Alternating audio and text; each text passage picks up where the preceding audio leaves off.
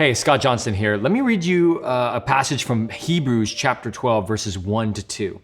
It says this, "Therefore, since we are surrounded by such a great cloud of witnesses, let us throw off everything that hinders and the sin that so easily entangles. And let us run with perseverance the race marked out for us, fixing our eyes on Jesus, the pioneer and perfecter of faith. For the joy set before him, he endured the cross, scorning its shame, and sat down at the right hand of the throne of God." We could focus on a lot of things to unpack from those two verses alone, but there's one thing that I do want to bring our attention to, is that he calls us to focus our attention on Jesus. That the author of Hebrews, to focus our attention on Jesus. I don't know if you know this, but my wife is a professional dancer. She is an actor, singer, and dancer. So she is triple threat. And she taught me to dance. Well, she tried to anyway.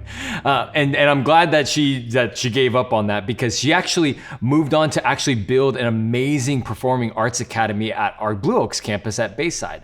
And it's been an incredible experience. But she told me about how her early students, what she would do with her beginning students, and how they would train to become really great dancers. You see, some of the best dancers in the world are dancers who have full mastery of their bodies and its movements and its balance. But at the beginning stages, what they do is they start out by when they look at a mirror, they bring their eyes to that mirror.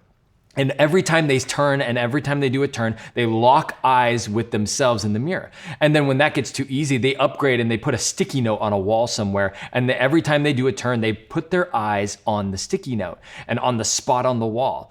Well, eventually, when you become an advanced dancer, when you actually get to the point where you are a professional, it doesn't matter anymore. You see, the best dancers in the world, they can dance in a room that's pitch dark and yet still maintain their balance. Why? Because they know where their gaze is fixed. They don't need to be able to actually see the thing that they're supposed to be focusing on. They just need to know how to fix their gaze on the spot that keeps them balanced and steady. Let me ask you, where has your gaze been fixed? You see, in life, we experience a lot of turmoil and troubles, and it can really unbalance us. But what I love about the author of Hebrews is they remind us where to fix our gaze on Jesus. Why? Because he's the pioneer and perfecter of our faith. That when tough times come in our life, we look to him.